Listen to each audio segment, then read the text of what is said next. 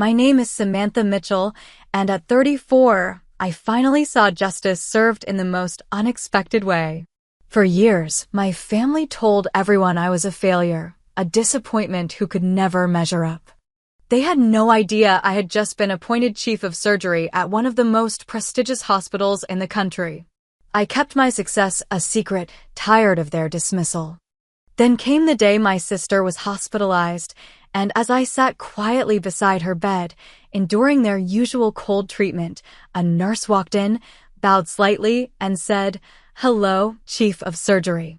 Before I tell you how my entire family went pale learning who I really am, let me know where you're watching from and hit that subscribe button if you've ever had someone underestimate your potential. My love affair with medicine began when I was 7 years old. My grandfather needed heart surgery, and I remember sitting in the waiting room, clutching a children's book about the human body. When the surgeon came out to speak with us, I was mesmerized. He seemed like a superhero in a white coat, and in that moment, I knew what I wanted to be when I grew up. "I'm going to be a doctor," I announced proudly on the car ride home. My father glanced at me in the rearview mirror and chuckled. "That's a nice dream, Sammy, but it takes a special kind of person to become a doctor. It's very difficult." Beside me, my sister Emily, only 5 at the time, declared, "I want to be a doctor too." "Now that I can see," my mother said, reaching back to pat Emily's knee. "You've got the brains for it, sweetheart." That was my first taste of the family dynamic that would define my childhood. Emily was the golden child, bright, charismatic, and, according to my parents, destined for greatness. I was the steady, reliable one who should set realistic goals. My father, Richard Mitchell, was a business executive who valued status and appearances above all else. He'd built himself up from middle-class roots and was determined his family would reflect his success. My mother, Diana, was a former beauty queen who had once dreamed of becoming a model before settling for marriage and motherhood. Together, they created a household where achievements were measured by how impressive they sounded at cocktail parties. Emily learned early to play to this audience. She was theatrical and demanding of attention, quick to showcase her accomplishments and equally quick to make excuses for her failures. I was quieter, more determined, and less interested in the spotlight, traits my parents interpreted as a lack of ambition. By the time I was 10, the pattern was firmly established. Emily's birthday parties were elaborate affairs with professional entertainment and custom cakes. Mine were afterthoughts, usually celebrated with a store-bought cake and whatever gifts my parents had hastily purchased. When I brought home straight as in middle school, my father nodded absently. "That's nice, Samantha." When Emily managed to pull her grades up from CS to BS, they took her out for a special dinner to celebrate her remarkable improvement. I learned to find validation elsewhere. While my parents were busy attending Emily's dance recitals and school plays, I buried myself in science books. I dissected frogs in the garage and conducted simple chemistry experiments. I watched medical documentaries when everyone else was asleep. I was building my foundation brick by brick, even as my family assumed I was simply passing time. My saving grace came in the form of Mr. Daniels, my high school biology teacher. He caught me staying after class one day to examine slides under the microscope. "You've got a good eye," he said, peering over my shoulder, "and better technique than most of my senior students." It was the first time an adult had recognized my potential in the field I dreamed of entering. Mr. Daniels became my mentor, providing advanced reading materials and writing me a glowing recommendation for college. "You're going to make an exceptional doctor someday," he told me when I was accepted to pre-med. "Remember me when you're changing the world." I nearly cried. Someone believed I could do it. At home, the response was predictably lukewarm. "Pre-med?" My father frowned at my acceptance letter. "That's a tough road, Samantha. You know most pre-med students don't actually make it to medical school, right?" "I know, Dad. But I'm going to be one of the ones who does." Well, my mother interjected, at least you'll have a good education to fall back on when you decide on something more suitable. They agreed to pay for my education, but their subtle undermining continued. Every phone call included questions about whether I was still enjoying my classes, as if medicine were a phase I would eventually outgrow. Every holiday break brought comments about how tired I looked, how maybe I was pushing myself too hard for something that might not be meant to be. Meanwhile, Emily was thriving in the attention department. If I mentioned an interesting lecture I'd attended, she'd interrupt with a story about the party she'd gone to where she'd met the son of a hospital administrator. My parents would immediately pivot to her tale, relieved to escape the boring details of my academic pursuits. By the time I reached my senior year of high school, I'd learned to keep my dreams close to my chest. I stopped sharing my achievements, my hopes, my plans. I built a private world where I could nurture my ambition without the constant weight of their doubt. The night before I left for college, I sat alone in our backyard, looking up at the stars. I made myself a promise. Someday I would be undeniable. Someday I would force them to see me. I just didn't know how many years and how much pain would pass before that day arrived. Getting accepted to Princeton's pre-med program should have been cause for celebration. Instead, my parents' response was a mixture of surprise and concern. Princeton? My father raised his eyebrows over his reading glasses. That's going to be expensive, Samantha. Are you sure this is the path you want to take? There's no shame in starting at community college if you're not completely certain. I am certain, I replied, clutching my acceptance letter. And I got a partial scholarship. Well, that helps, my mother said, though her tone suggested it didn't help enough. We just don't want you taking on debt for something that might not work out. They eventually agreed to cover what my scholarship didn't, though every tuition payment came with subtle reminders of their sacrifice and warnings about the difficulty of the path ahead. My father regularly sent me articles about the high dropout rate for pre-med students and the grueling lifestyle of medical residents. I threw myself into my studies with an intensity that surprised even me. While other freshmen were exploring campus life, I was establishing relationships with professors and securing research positions. I didn't mind missing parties. Each perfect exam score was its own reward. Each glowing evaluation from a professor another brick in the foundation of my future. During my sophomore year, Emily announced she was also interested in pursuing medicine. Our parents' reaction was immediate and enthusiastic. Like father, like daughter, my dad exclaimed, though he had never been in medicine. You've got the Mitchell determination. They never mentioned that I had blazed this trail first.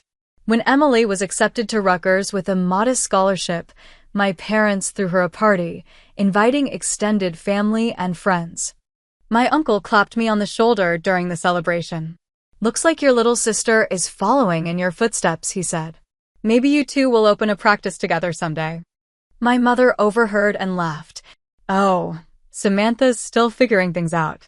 Emily's always known exactly what she wanted. I bit my tongue so hard I tasted blood. Visits home became increasingly difficult. Every achievement I mentioned was met with polite nods and quick changes of subject. When I was accepted into a competitive summer research program, my mother responded by showing me Emily's latest Instagram posts where she was volunteering at a local clinic. She's already getting hands-on experience, my mother said proudly. She's always been so good with people. The implication was clear. Emily had natural talent, while I was just stubbornly pushing myself in a direction that didn't suit me. Thankfully, college provided me with something my home never had, genuine support. I found friends who shared my passion for medicine, who didn't think my dedication was strange or misguided. I met professors who recognized my potential and pushed me to reach even higher. Most importantly, I met Dr. Catherine Reynolds, a brilliant neurosurgeon who became my mentor during my junior year. She took me under her wing after I impressed her with a research paper on emerging surgical techniques.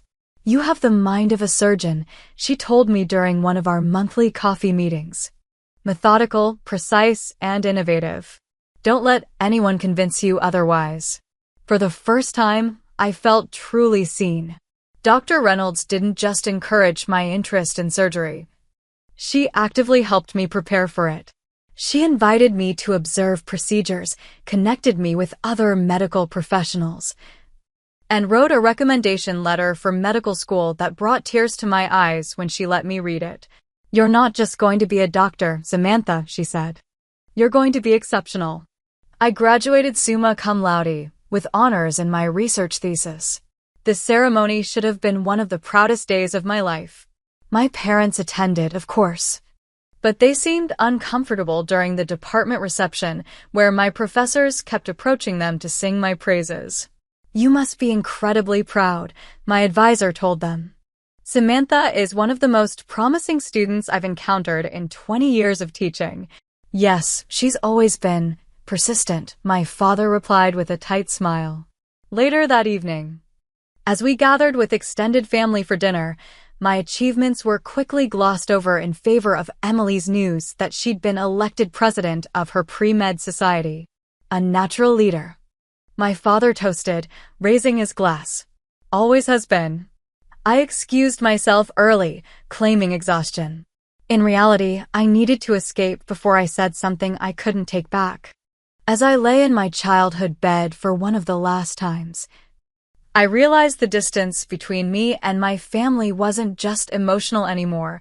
It was a fundamental disconnect in how we saw the world and my place in it. The next day, I packed up my car to move to New York for medical school.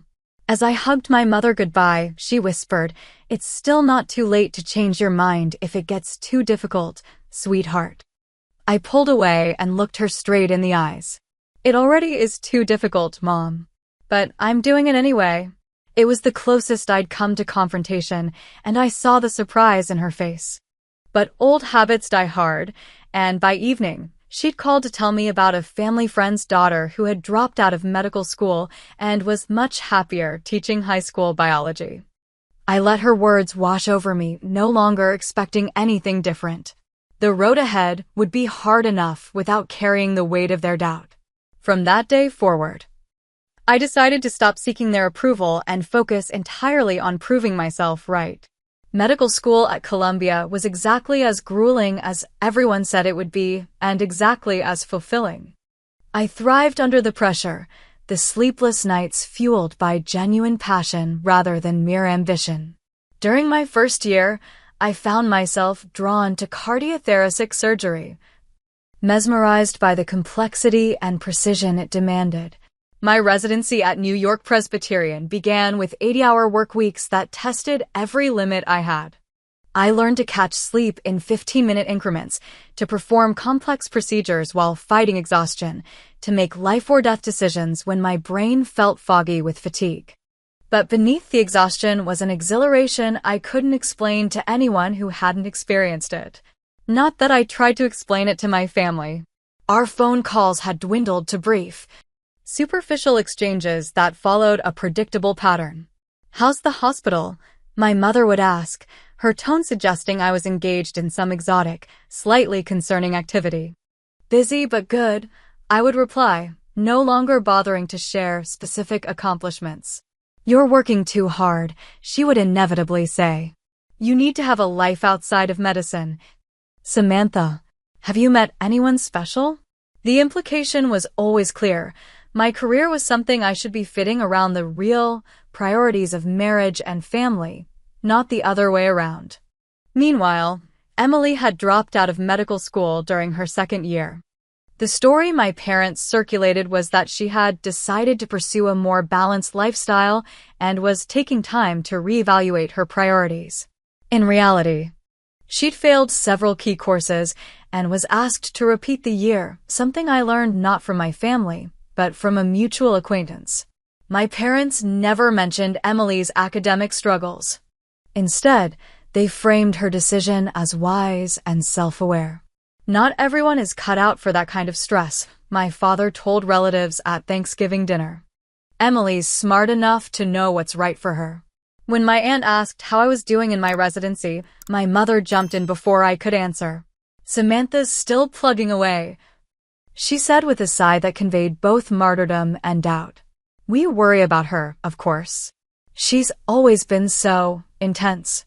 I excused myself to help in the kitchen, but not before hearing my father add, the medical field has such a high burnout rate. We're just hoping she doesn't push herself too far before realizing it might not be the right fit. What hurt most wasn't their lack of faith. I'd grown accustomed to that, but the active undermining of my reputation within our extended family and social circle.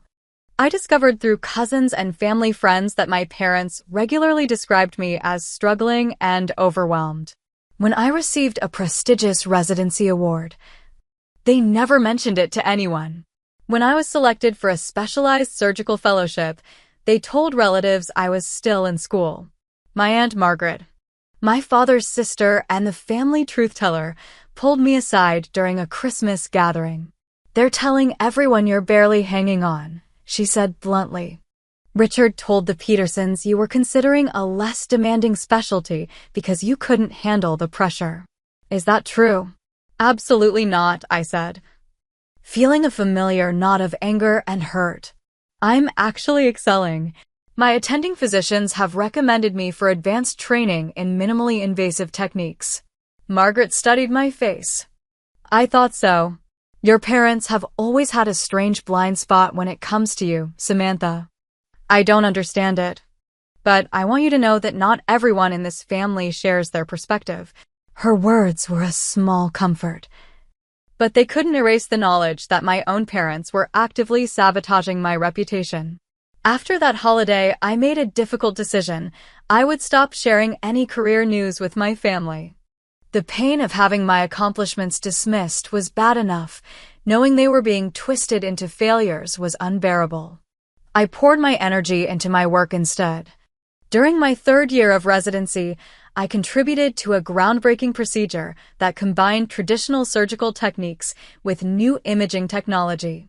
The lead surgeon invited me to co-author a paper for the Journal of Cardiothoracic Surgery, my first major publication in a prestigious medical journal. When the article was published, my hospital held a small reception to celebrate. Colleagues and mentors congratulated me, acknowledging the significance of the achievement for someone at my career stage. Dr. Reynolds, who had stayed in touch throughout my training, sent flowers with a card that read, "The first of many. You're on your way." My parents didn't attend the reception. I hadn't invited them. When I mentioned the publication during our monthly phone call, my mother responded with, "That's nice, dear. Did I tell you Emily's started her own wellness blog? She already has 500 followers." I began to distance myself from family gatherings, making excuses about work schedules and hospital commitments. The truth was, I could no longer bear to sit through hours of subtle digs and comparisons.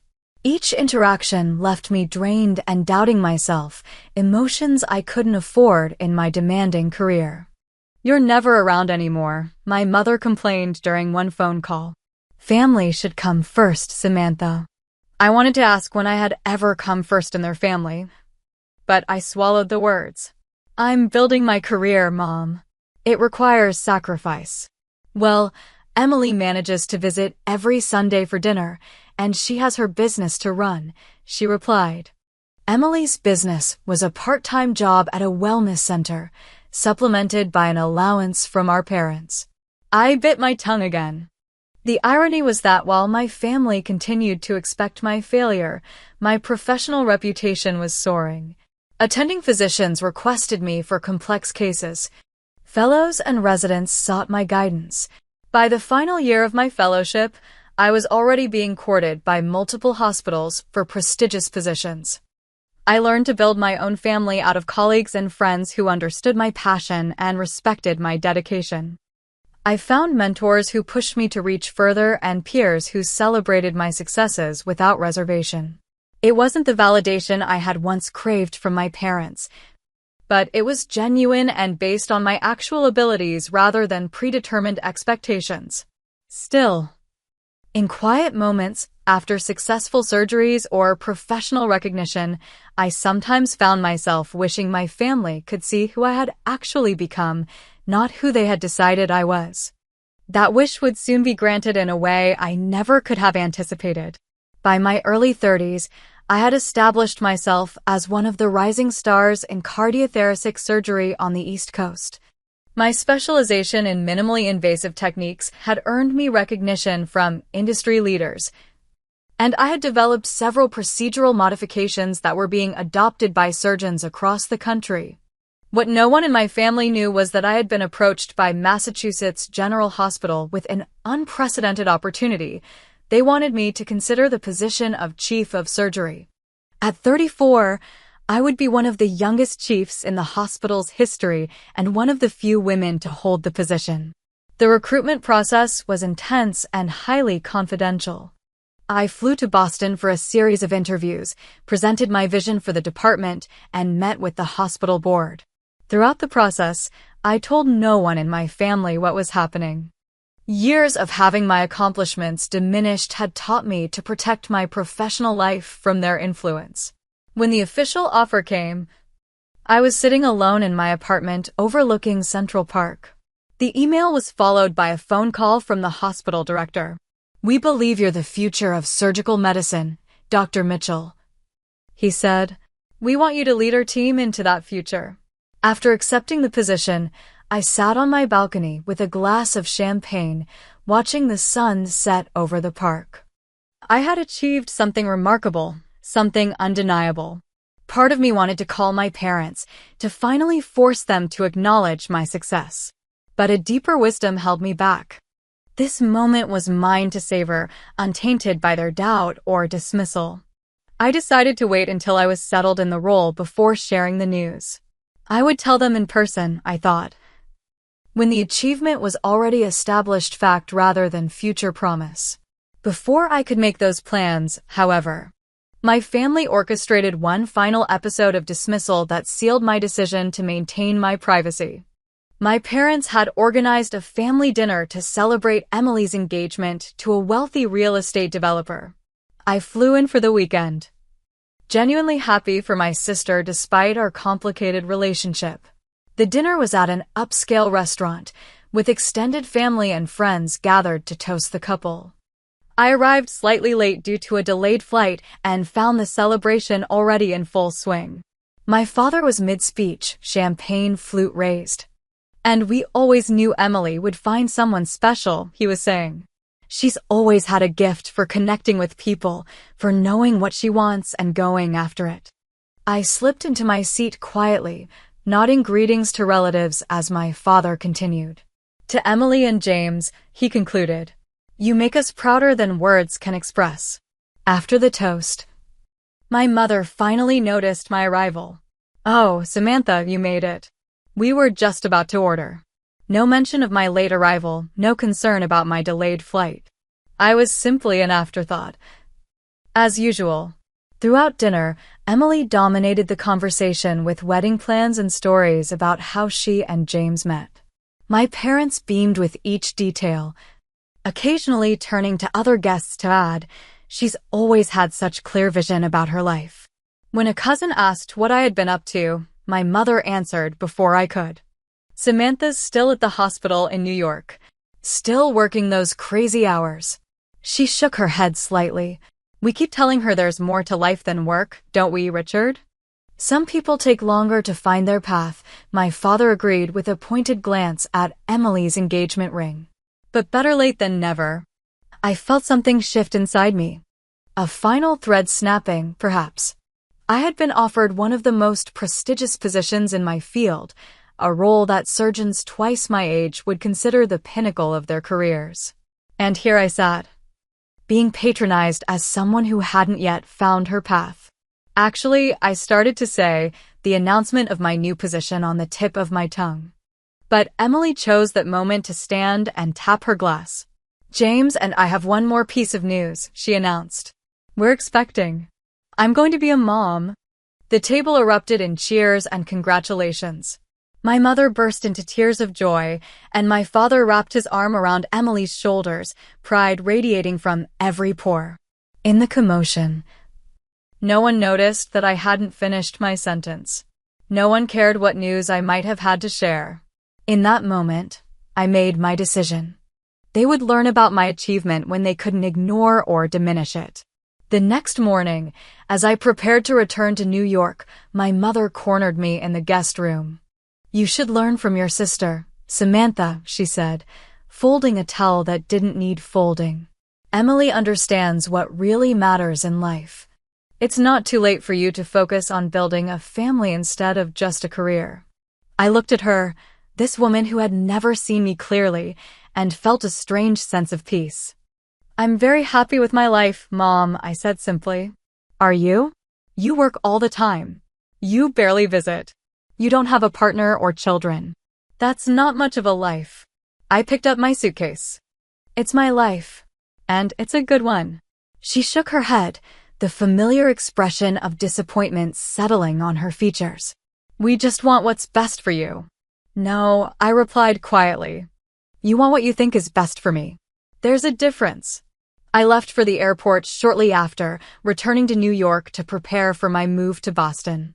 2 weeks later, I started my new position as Chief of Surgery at Massachusetts General. The hospital held a reception to welcome me, attended by some of the most respected names in medicine. My office had a view of the Charles River and a door with my name and title displayed in elegant lettering. I sent no pictures home. I made no announcements to my family. This achievement was still mine alone, protected from their diminishment. I would tell them eventually, I thought, when the moment was right. As it turned out, the moment would choose itself. In circumstances I could never have predicted. I was in the middle of a department budget meeting when my assistant knocked urgently on the conference room door. "Dr. Mitchell." "I'm sorry to interrupt, but there's an emergency call for you," she said. "It's about your sister." My heart dropped as I excused myself from the meeting. In the hallway, I took the call, hearing my mother's panicked voice on the other end. "Emily's been taken to the hospital," she sobbed. "She collapsed at home. The baby, they're not sure. We're heading to Massachusetts General now. The ambulance is taking her there." The irony wasn't lost on me. Of all the hospitals in Boston, my sister was being brought to mine. I assured my mother I would meet them there and hurried to the emergency department. By the time I arrived, Emily had already been admitted and moved to the high-risk obstetrics floor. I checked the system and saw that she was being treated for severe preeclampsia, a serious but manageable condition if caught in time. Relief washed over me. This was serious but not immediately life-threatening. I made my way to her room, still dressed in my professional attire, but without my white coat or identification badge. As I approached, I could hear my mother's voice through the partially open door. "I don't understand why they're making us wait so long," she was saying. "The doctor should have been here by now." I took a deep breath and entered the room. Emily was in the hospital bed, looking pale but stable. My father stood by the window, while my mother sat at Emily's bedside, clutching her hand.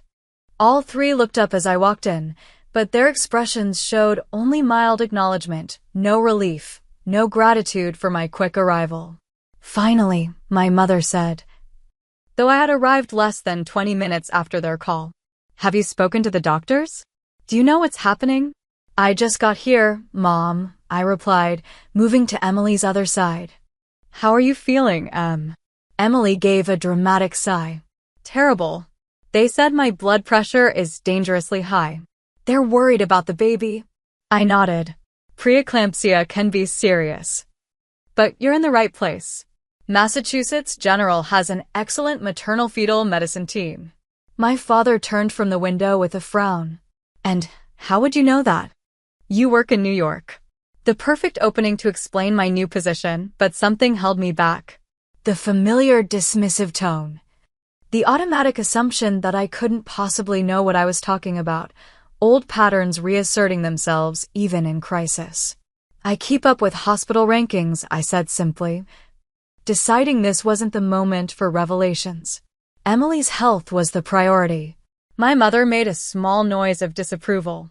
Well, I hope they send someone experienced to look after Emily. She needs the best care possible.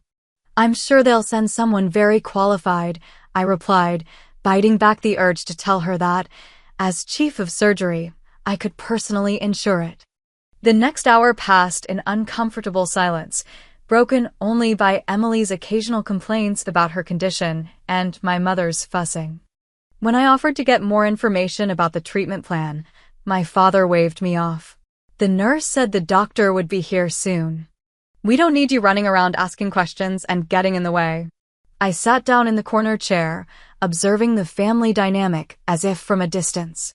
Even here, in a medical crisis. In a hospital where I held the highest surgical position, I was still the outsider. The irony was almost laughable.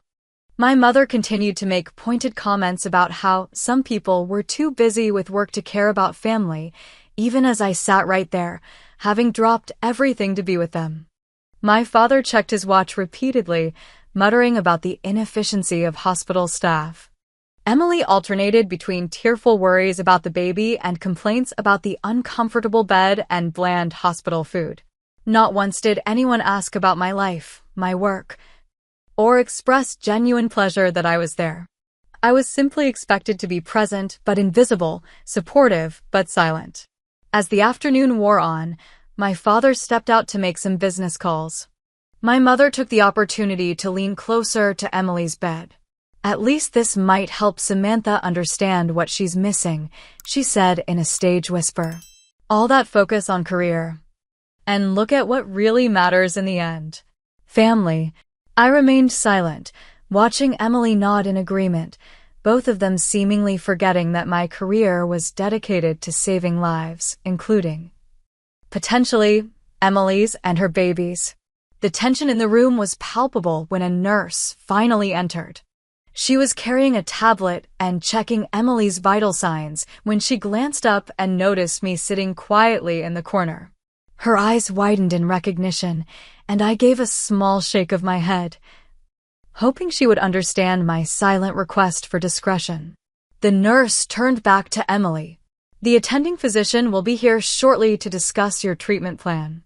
We're monitoring your blood pressure closely, and so far, the baby's heartbeat remains strong. It's about time, my mother huffed. We've been waiting for hours. Actually, it's been approximately 70 minutes since admission, the nurse corrected politely. Dr. Bennett is one of our top maternal-fetal specialists. My mother sniffed, unimpressed. My silent vigil continued, a strange calm settling over me as I waited for the inevitable moment when worlds would collide, when my professional identity would crash into my family's perception of me. That moment was coming sooner than any of us knew.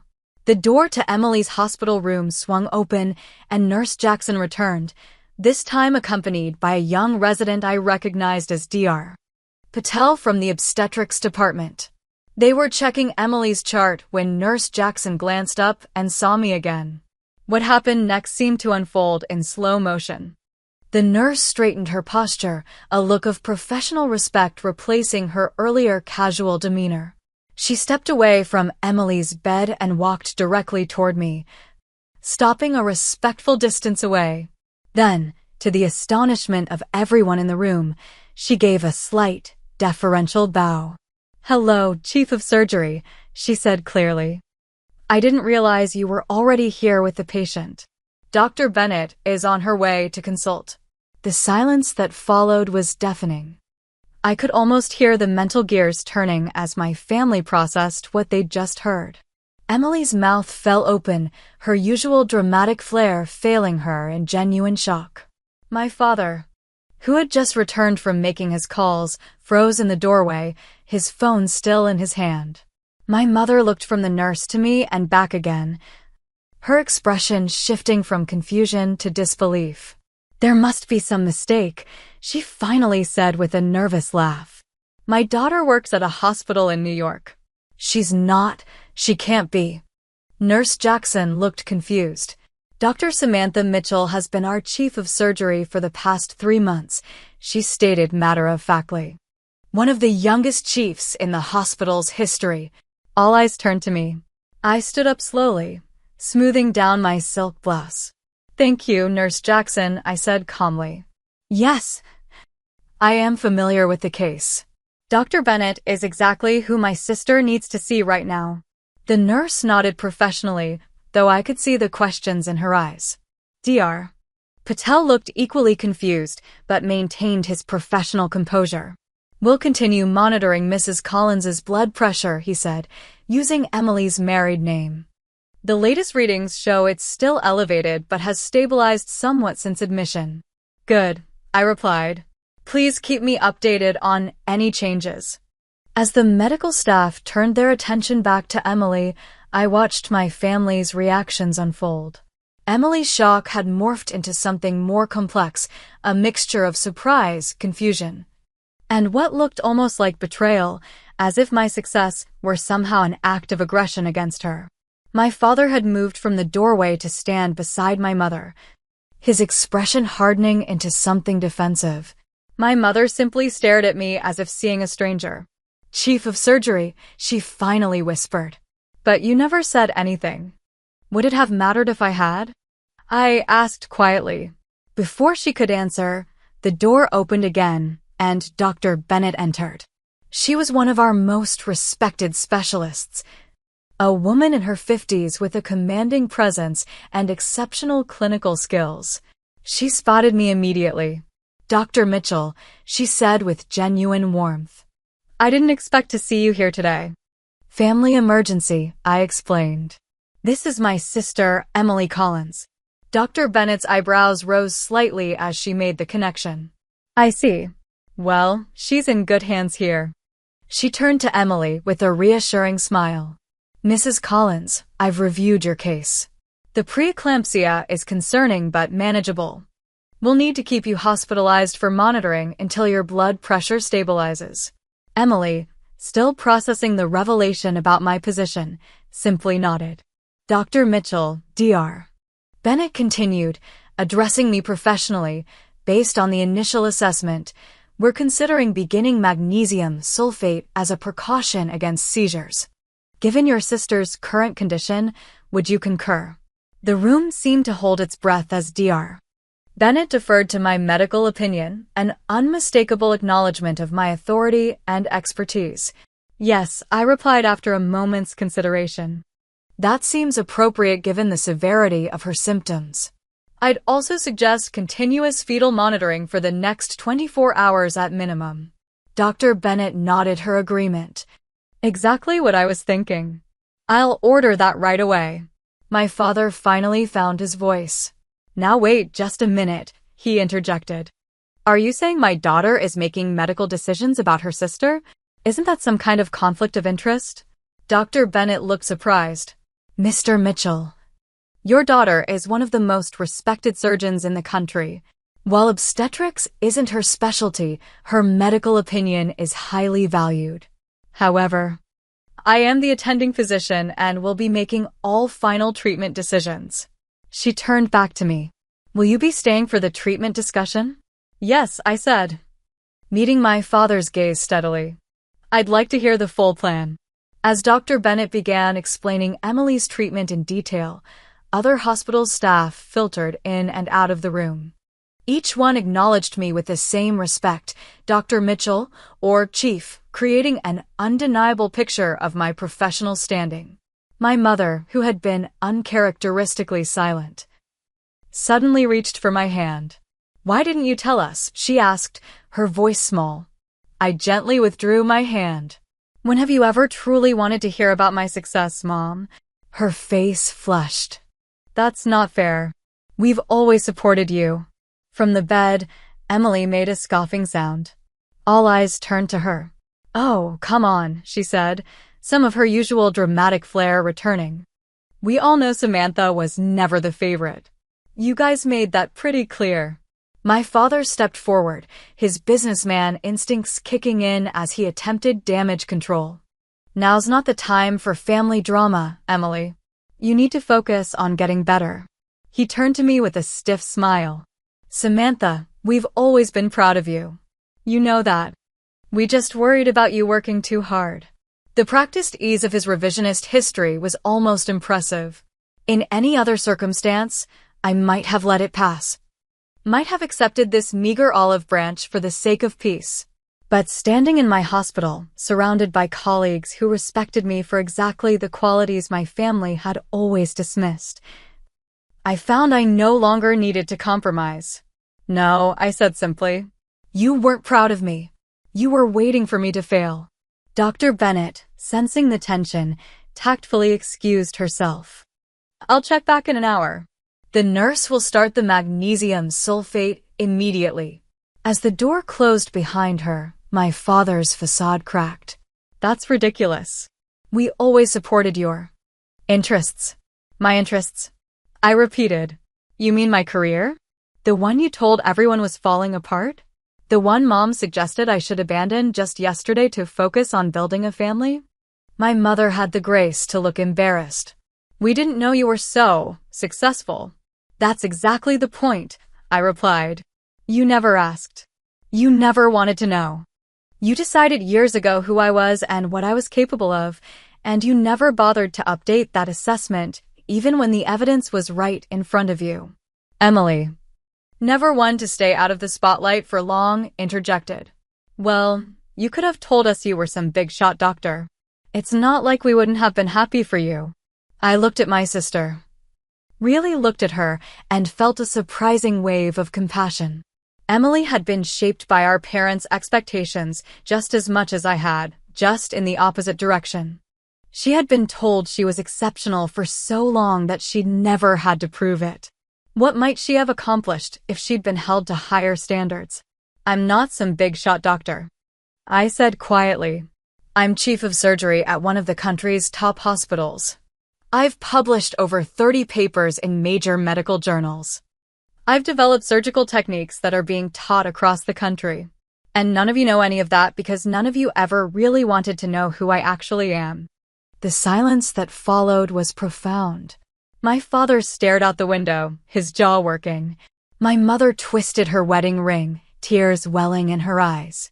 Emily looked down at her hospital blanket, unusually subdued. The moment was interrupted by a knock at the door. Dr. Patel returned with a nurse to begin Emily's treatment. As they set up the floor for the magnesium sulfate, I stepped back, watching my family process what had just happened. In that moment, standing in my hospital, watching my colleagues care for my sister, I realized I had finally achieved what I had promised myself under the stars all those years ago. I had become undeniable.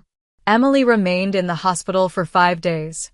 Her condition stabilized. The baby was deemed healthy, and she was eventually discharged with instructions for careful monitoring throughout the remainder of her pregnancy. Throughout her stay, I visited daily, balancing my duties as chief of surgery with my role as her sister. The revelation of my position created a seismic shift in our family dynamic. Emily, surprisingly, was the first to adapt.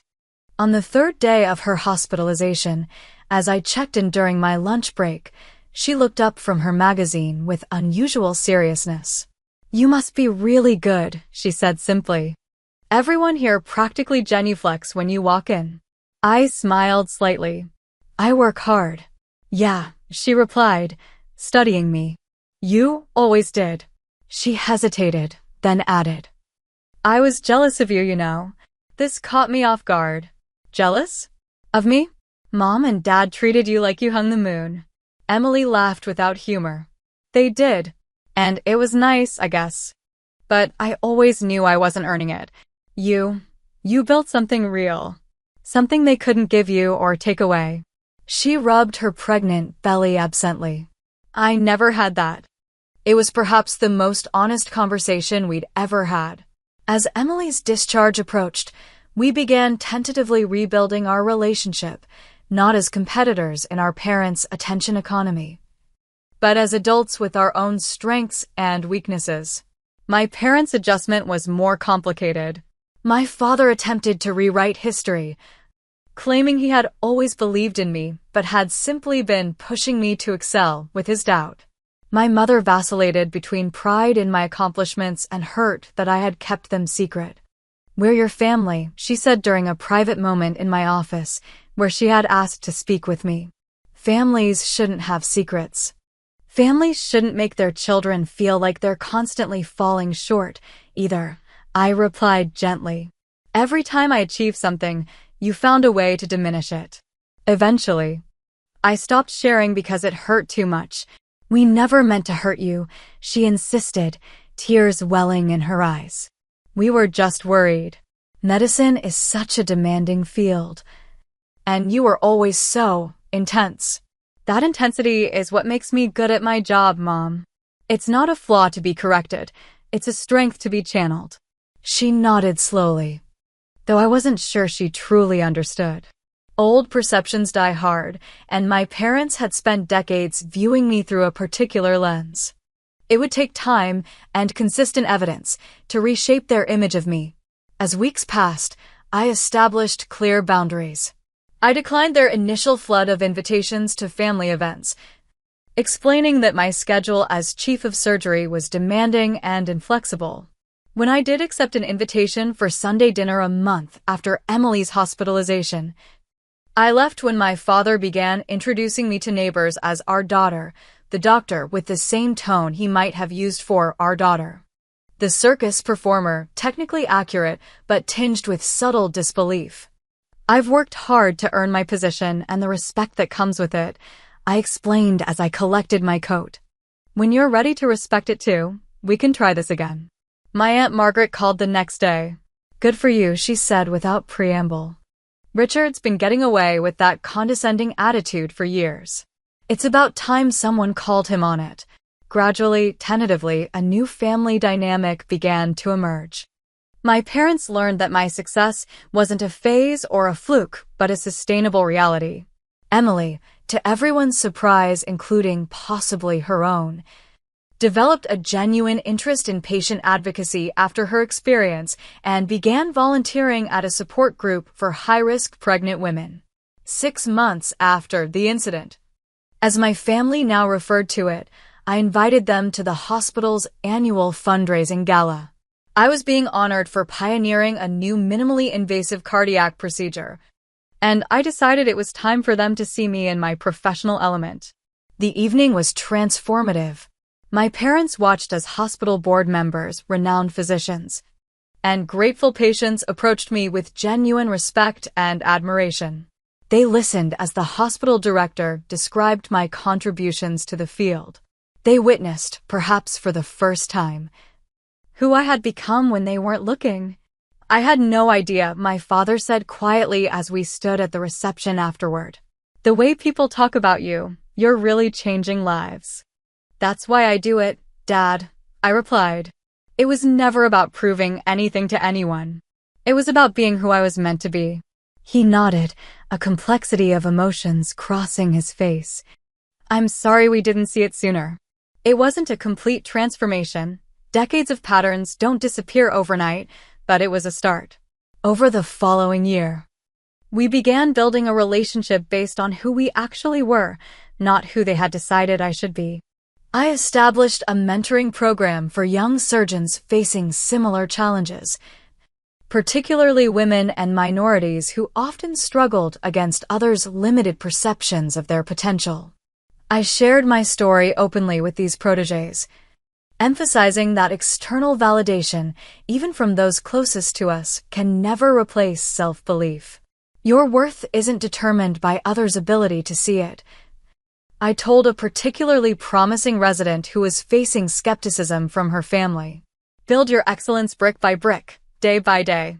Eventually, it becomes undeniable, even to those most committed to denying it. The greatest freedom I discovered came not from finally receiving my family's approval, but from no longer needing it. My confidence was built on a foundation of genuine achievement and impact, not on others' perceptions. The little girl who had once desperately sought validation had grown into a woman who created her own. Emily delivered a healthy baby boy 3 months after her hospitalization. At the family gathering to welcome him, she pulled me aside. "I want him to know his Aunt Samantha," she said, the baby sleeping peacefully in her arms. "I want him to know what it means to find your path and stick to it, no matter what anyone says." I looked down at my nephew's tiny face. "I'd like that. And maybe someday," she added with a small smile, "you can explain to him what a cardiothoracic surgeon actually does. Because I still have no idea." I laughed. A genuine laugh free from the tension that had characterized our relationship for so long. "It's a date." My journey from dismissed daughter to respected chief of surgery taught me that true validation can only come from within.